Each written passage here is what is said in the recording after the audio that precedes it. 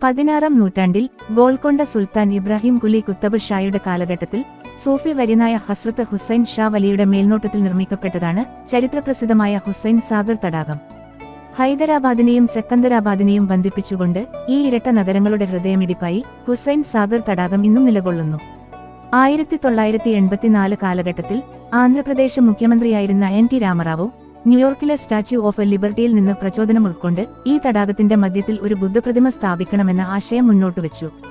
തുടർന്ന് റായ്ഗിരിയിലെ കൂറ്റൻ വെള്ള ഗ്രാനൈറ്റ് പാറയിൽ നിന്നാണ് പ്രശസ്ത ശില്പി ഗണപതി സ്ഥപതിയുടെ നേതൃത്വത്തിൽ ഈ ഏകശിലാ ബുദ്ധരൂപം കൊത്തിയെടുത്തത്.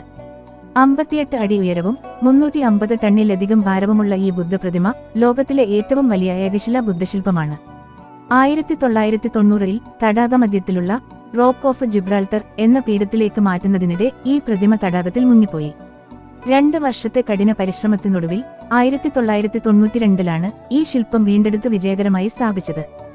ഇന്ന് ലുംബിനി പാർക്കിൽ നിന്നുള്ള ബോട്ട് യാത്രയിലൂടെ കാണാവുന്ന ഈ വിസ്മയം ഹൈദരാബാദിന്റെ പ്രൗഢിയും ശ്രീബുദ്ധന്റെ സമാധാന സന്ദേശവും ലോകത്തോട് മൗനമായി വിളിച്ചോതുന്നു.